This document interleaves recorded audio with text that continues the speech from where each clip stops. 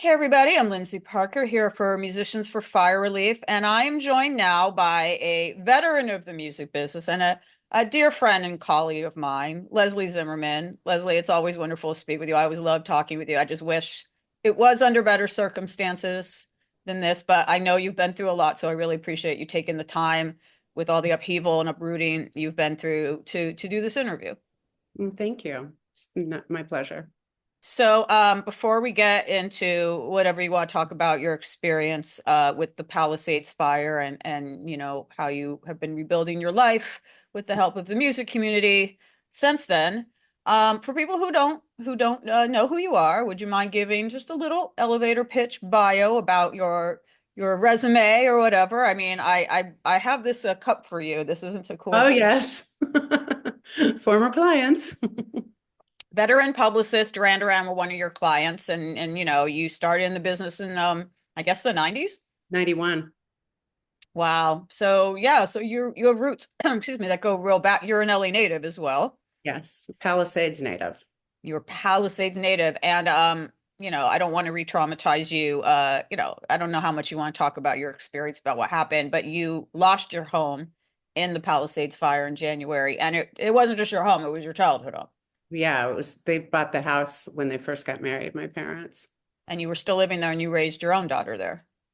No, I didn't raise her. I raised her like towards the end there, Okay. but but I was living there for a while taking care of both my parents because my dad had cancer. I'm sorry. And he passed away in June on Father's Day, and then my mother didn't take it well. And she needed a lot of help, and she's in her 90s as well. So I stayed and took care of her. And I got her out of that house when, everything happened. I was, Um, I don't know how much you want to talk about what happened. I know you kind of evacuated pretty early because following you on social media and being a close friend of yours, I saw that, you would maybe posted something like this is the view from my home. And then the next Mhm. post I saw was, the bad news that you had learned through a neighbor Yeah, that I you're, learned through a neighbor. And then I saw a video of the house burning oh no, how did that happen? because they went somehow, somebody, I don't really know how they got the video, but somebody had taken a video of their house and they were right next door to us. And to the right of the video was a ton, I can send you the video, was a ton of, Yeah, I mean, it was our house burning, which was pretty traumatic, but getting out of there was pretty harrowing. It was- I mean, like I said, I don't want to make people relive anything they don't want to talk about, but is there any memories of that or anything you do want to share about that? Sure. So I was driving home from my workout class on Tuesday, and when I got into the Palisades, I was driving down Sunset and I saw these big black clouds and over the Palisades Highlands, which is where most of the fires start, up in the hills. And it looked worse than anything I'd seen. We had wildfires like every year. So, while I had that in the back of my mind while I was getting us out of there. And also we were not in the hills. We were in the flat area and the fires like get close, but they never get to us normally. Hmm. Um, so I got home and my mom had contacted on her, she had a life alert around her neck and she had contacted and said that she would need 911 because 911 had to carry her out of the house because it's stairs coming to the house. So, and I couldn't carry her. I'm smaller than she is. So we waited almost 2 hours for 911 to get there because the traffic on Sunset Boulevard was so bad. And I don't think anyone was directing traffic to my knowledge. So everybody was evacuating at the same time because we had gotten an evacuation order. Hmm. And so I called a friend of mine who used to be a firefighter and he said, get out of there right now. He said, do not hesitate, get out. And I said, well, we're waiting for 911, but we're going to get out of here. Did you, up until that point, not grasp how serious it was? No, Because I you did dealt with not fires ask how before. serious. I did Yeah. not. I just thought, it was going to get put out like while it was still up in the hills, like it Yeah. usually does. I would have But thought the same thing. yeah, exactly. So I had my mom, I had her walker, her wheelchair, my golden retriever, my cat's carrier, my cat's litter box, and you know how tiny my car is. I've got a little IS 300 sedan and didn't have a lot of room for luggage. So I did not take any photos. I did not take any papers. I did not take anything like that. I just threw like some workout clothes into a go bag. Wow. And off we drove. When 911 came and took my mom down, we followed them out of there, and they had to do other rescues, but they couldn't let us go off on our own. We had to follow them, but they were driving us toward the fire, not away from it. And I could not see. The winds were about 80 to 100 miles per hour, and there was black smoke and ashes blowing like underneath my sunglasses into my eyes and into my lungs. And I'm trying to get everybody out of there. And I'm driving and I can't see the road ahead of me because of the smoke. And it was terrifying. It was really terrifying. There was cars abandoned on the side of the street. And Wow. yeah, because people had to leave their cars and just walk, like So, really near the fire. so this Palisades home that you grew up in, like I said, like me, you grew up in LA. I Mhm. grew up somewhere beside a little less glamorous, Tarzana. You grew up like you were going to school with like future rock stars, future you were a model. Like you kind of lived like I know you take a lot of pride, civic pride in being from LA, which I do too. Because of the fact that people outside of tend to crap all over LA Yeah, and they do. And the well, Palisades especially. And like what people don't know is a third to half of the people in the Palisades are just normal working class people that have lived there for decades, when it was a new town, that are yeah. second or third generation Palisadians. There's a lot of people like that too. It's not all like fabulous stars and tech people and you know what I mean? Like there's Yeah. quite a few. I'm not saying there's not. There's Yeah, and I didn't mean to mislead by saying you led some glamorous life, but I know, you like well, me, you some were of it was hang glamorous, but we lived through a good time in LA oh, and for music and just for pop culture in general and that's why I take some pride in it. But it does seem like as much as people crap all over LA and think it's just about I don't know, whatever, vapid stuff, vapid celebrity culture, whatever, it seems like the whole country at large is really out there's been a big outpouring of love for LA. I'm sure there's the haters that are like, "Oh yeah, those rich people deserve it," or whatever BS. But I mean, have you experienced that? Seems like there's been a lot of like love for our city since this happened. definitely. People have really stepped up. I've been really impressed by the way people have been, and everybody's been really generous and really kind, and it's been good. I really needed that. Yeah, there are some things sort of related to LA culture and LA lore, and what's lost is and just in general, it's sort of questions I'm asking everybody. And this might be you could answer this specifically to the Palisades in your community, but like what is sorry if it's a sad question, but like what's a place or thing, an LA place or thing, that, has been lost that like really hit you home. It could be like, a restaurant or a landmark or anything like that where you were like, oh my God. Besides, of course, your own home, of course, that. Yeah. Well, about 95% of the town is gone, so there's a lot of that, except for the Palisades Village is still standing, but I really don't know who's going to shop there right now because it's uninhabitable there. Isn't that where I did the Q&A for the Wham documentary where I saw you actually?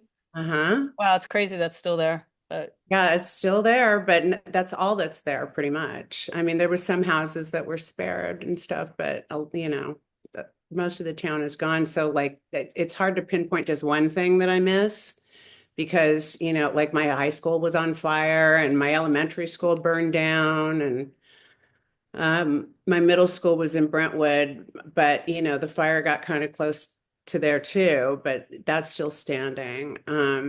Just places like where we used to go and drink or, all the hiking is burned. And, you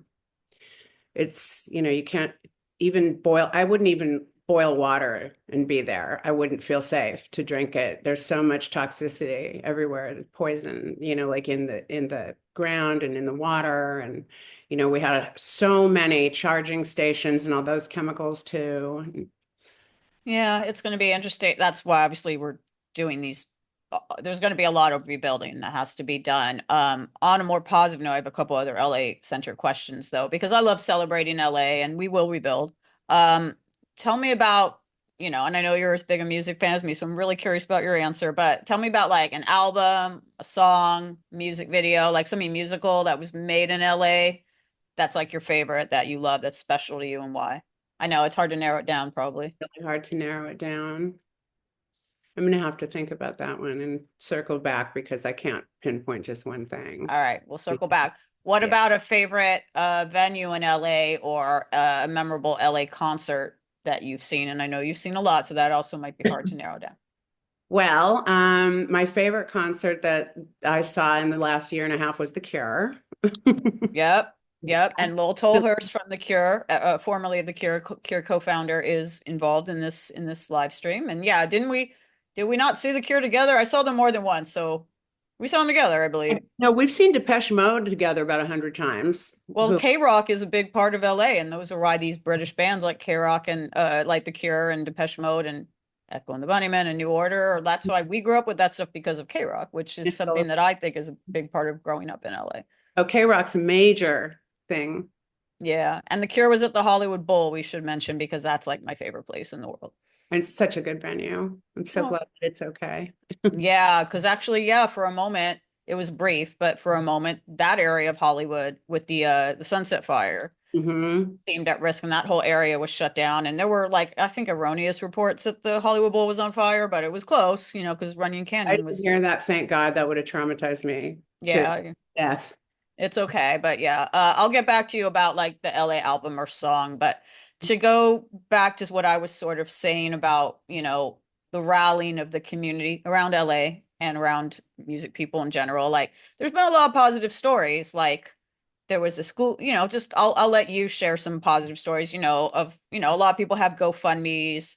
There was this kind of grassroots Google Doc that came that had all the music people in the Yeah. business who had with the list of their GoFundMe's. There've been a lot of benefits, including the one that you're taking part of now. But like, I don't want it to all be doom and gloom because there's so much doom and gloom. Like, what have been some, I don't know if I want to use the word silver lining because that like sounds kind of Pollyanna-ish, but like what have been some like positive things that you can think of in terms of, community and all that? Well, speaking of the GoFundMe, my friend Ellen Solis just contacted me and said, "Can I do a GoFundMe for you?" And I'm like, "Well, yeah, that'd be great," because I wasn't going to do one for myself. And she's a publicist, long-term publicist A as well. longtime publicist and a longtime friend. And yeah, we've known each other since the early 90s. And she did that for me. And like so many people donated to that. And I was so grateful. And, I used the money to get an apartment, you know. Yeah, tell me about that because, there's been a lot of displacement. I know you were in several hotels, I believe, but it Five, seems like five hotels with a five, cat and a dog, with a cat and a dog. cat and the dog. And in the beginning, my mother is now safely in assisted living a pampered life in a palace. So, Well, there's that. but I mean, she didn't take the fire well at all. As I was telling you earlier, it was the poor lady just, threw her for a loop and she just physically broke down and it was terrible. But aside from the GoFundMe and the generosity of other people, I also ended up getting a little bit of ink that I didn't expect. So that kind of, was helpful too I to me. think you were well, I know you were on like the cover of a story Well, for Flood magazine. yeah, and then also I was in what was it? Was it Hollywood Reporter? Yeah, it was Hollywood Reporter too. There was a big feature. I think it was taken from my Facebook post.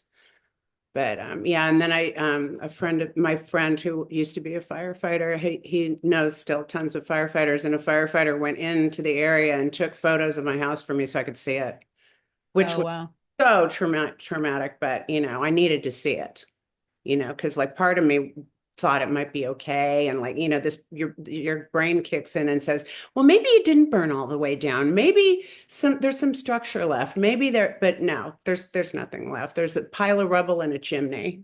I know And you were posting about maybe a wall being lifted to see if there was anything there. well, we'll see. My daughter, Alex, she went to the property in her little hazmat suit to sift and see if she could find anything.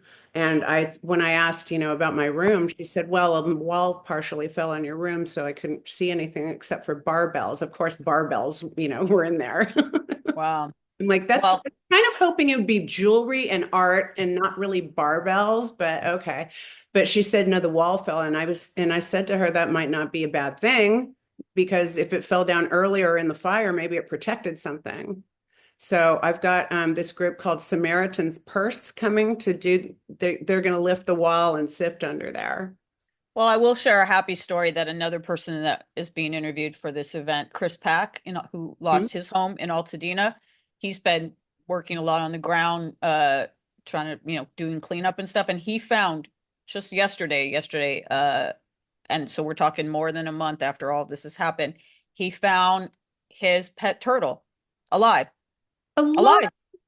Oh, that's Turtles are resilient creatures. They got the shell and they live for hundreds of years or whatever. So yeah, I mean, oh, that's I just wanted to share that story because like that's that.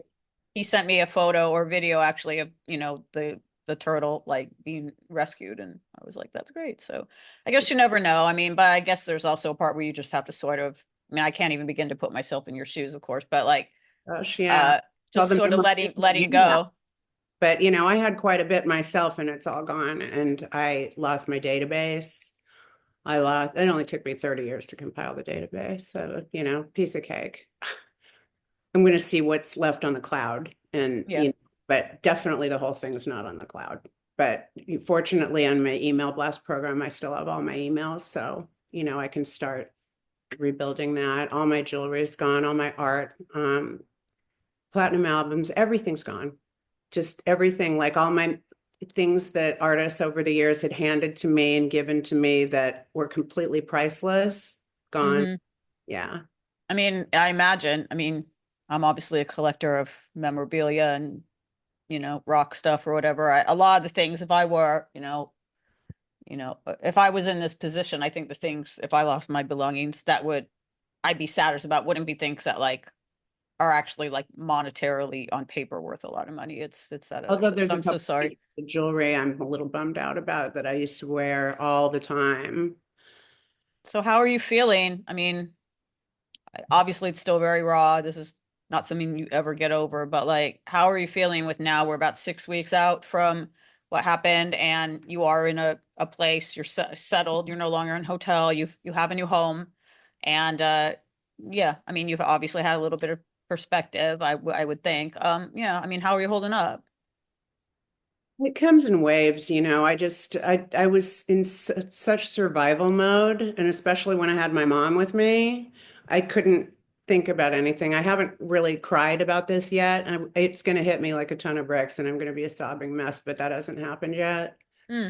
Just because I've been, oh, I've got to do this with the insurance, I've got to do that with FEMA, I've got to, go down to the disaster relief center, and I've got to do this and that. So, it keeps you busy and it keeps your mind off of it. But as I said the other night, I barely slept. Like I just have some sleeping problems because my head starts, and I start thinking of stuff. And also, what you have to do for the insurance company for your belongings is you have to do a list of every single item that was in every single room and Google every single thing and find out what it would cost to replace it, from the big appliances to the art to the figurines to the jewelry to like your blow dryer. How do you even remember all that in a home that I'm not going to your remember. parents were in for, Well, they 40 were plus in, years? because I was gone for, 30 years or more. And, I don't know what they collected over all those years and what it was worth and where it would have been. So I'm asking my mom, but she's not really helpful about that because, she doesn't really, she's just settling herself, like learning how to be in assisted living and, not in her home and not with her husband. And, so she's not Yeah. real helpful with that, So, unfortunately. yeah. What advice would you give for survivors or victims? Maybe I shouldn't use the word victim, I should use the word survivor, but Mm. like people who are in your own place. I'm not, who are trying to navigate all of this unknowable, unforeseeable stuff. Like, what advice would you give them? It seems like, and I imagine a lot of you've bonded with some people who are in the same Mm. place. That Google Doc that I mentioned, the one that had all the music industry people on it, that a publicist who doesn't want to be named, but you know who you are. She organized that, and she doesn't want the credit, but it was a.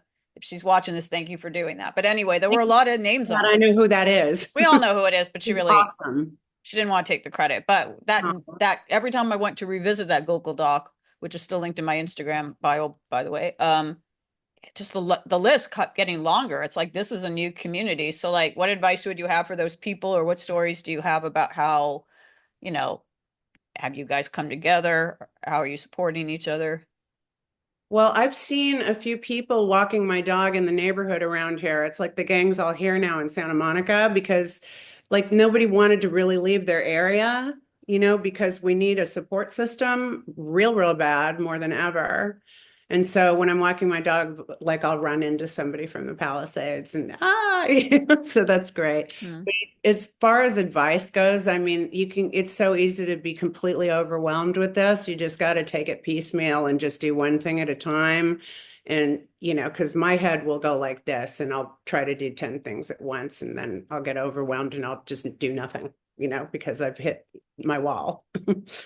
But Um, Sorry, go yeah, on. you just gotta do one thing in front of you and then, move on to the next thing, but not try to do everything at once because there is so much to do. It's pretty convoluted. What advice would you give for people who want to help uh fire victims or survivors, like besides the obvious, which is, donating money or items, like what else could they do to help people in need? Um, Gift cards. Okay. Because look, when you're going from hotel to hotel, you can't take a lot of stuff. Mm. So I learned that the hard way. One of my dear friend, Karen, one of my really good friends, she brought me all this stuff and I was so grateful. And then I tried to fit it in my car and I couldn't do it. You know? And so I was like, I'm going to take some of this stuff, but I can't take it all. I'm so sorry because it's not going to fit, like it's makes me miss my SUV that I used to have because once I wasn't a like volleyball mom anymore and my daughter went to college, I got rid of it, you know. And That's good advice. Yeah, because I do think there's a lot of well-meaning people who'll be like, oh, here's a bunch of and we're stuff. so grateful for it. And we're so grateful for it. I mean, I don't want anybody to think like that we're not so touched and grateful. But yeah, it's just, I mean, logistically, Yeah. there's only so much room. And also if you're going like I was from hotel to hotel. Now the reason I was going from hotel to hotel was not for fun. It was because well, first I got into the like one of the only hotels in Santa Monica that would take a big dog Mm. and a cat.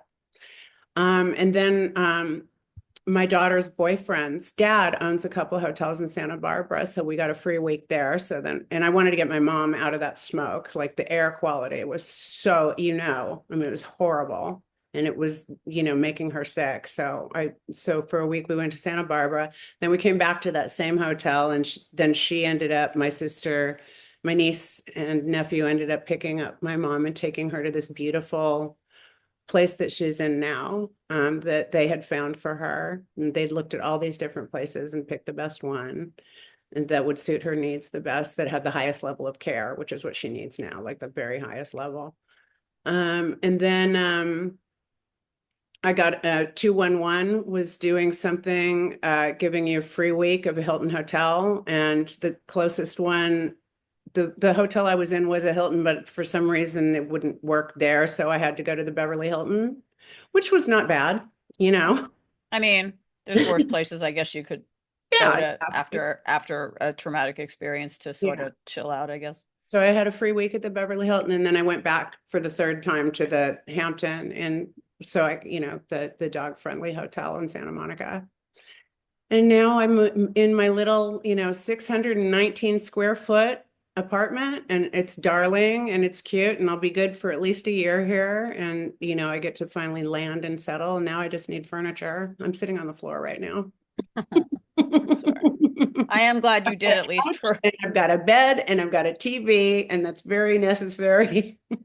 Yeah, I mean, it looks great on camera. You frame yourself well and all that. But yeah, I didn't realize you weren't sitting in a chair. That's so I'm funny. sitting on the floor. Yeah, I don't have a desk. I don't have Man, a living set. I don't have a man, coffee table. I'm so sorry that you're going through this. I'm glad, I'm hoping that, you're on your way to some semblance of normal, whatever that is. I Yeah, guess things are never going to be normal again after this, but that we and can, what happens to you like several times during the day, you'll find you don't know what you don't have until you need it. So like I went to the farmer's market on Sunday and I got myself some flowers and I'm walking back to the car. I'm like, I don't have a vase. Where am I going to put these flowers? yeah, it's crazy. And and I went to the first week I was here, I bought like chicken and broccoli and all these things to cook. And I was like, I have no pots and pans. I have no cutlery. I have no, you know what I mean? It's like, but you don't realize it. It's just Yeah, random. Yeah, it's hard to get my head around it, to be honest. And it's happened to so many friends of mine and people I know in the business, and it's really sad. But so yeah, I'm sorry that you're going through this, and I'm grateful that you were willing to talk about it with me because I know it's not the most fun thing to talk about, but it's okay though. People, another thing, you'll appreciate this. All that Neil Preston art I had on my walls that was signed and numbered and framed and matted 20 by 24, burned to the ground. And Neil sent me some more prints. oh yay. Yeah. So you So have something to put on your walls of now your I'm gonna, as soon as I get them framed, they're gonna be the first things to go up on my walls because my walls are all bare. maybe once you have those up, it'll start to feel a little more like a real home for you. Because Yeah, that's at the end of the day, like home is not, it's a place where you put your own stamp on it, and exactly. Yeah, it's pretty stark in here right now, but it's a work in progress. well, I'm glad you're Pots okay. and pans. What's that? And I got some pots and pans. Did you get a vase? Did not get a vase yet, but I'm gonna get a vase.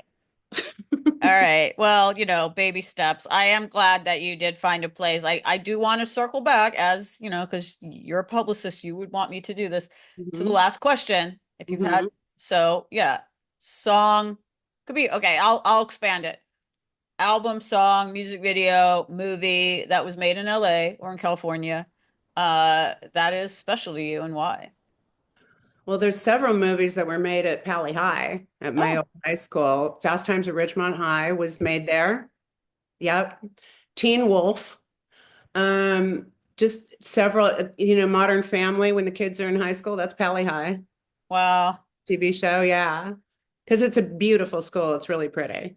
And Fast Times, I mean, it doesn't really kind of get more iconic Southern California than Fast Times. Exactly. Wow, And very then, cool. all the music, like in Laurel Canyon, all the stuff from the 60s and the 70s. And then, that my misspent youth in the 80s going to see Guns N' Roses when they were a new band. And, when I was not old enough to be in those clubs, but I was there anyway. And, I'd go see X and I'd go see the Police and just everybody. And so, because I've been going to shows since I was probably 16.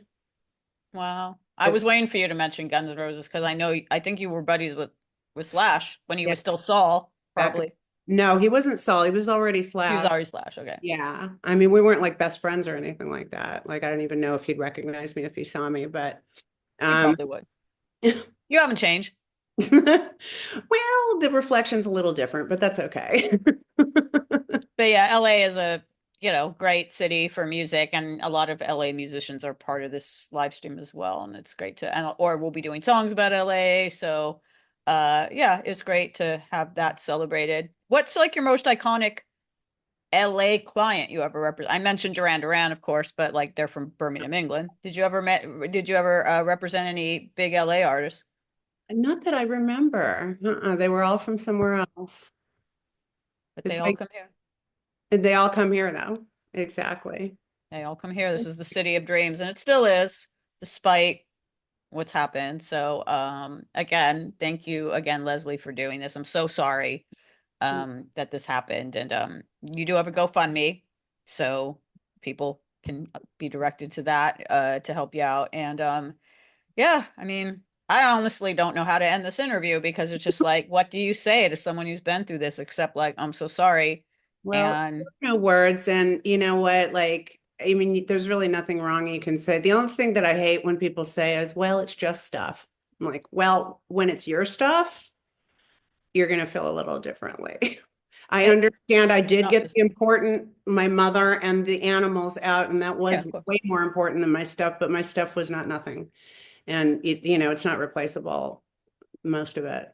Yeah, I don't like that either. I also don't like it when, you were mentioning how a lot of the people in the Palisades or in Altadena or whatever are not rich people. They are, middle class or, normal people.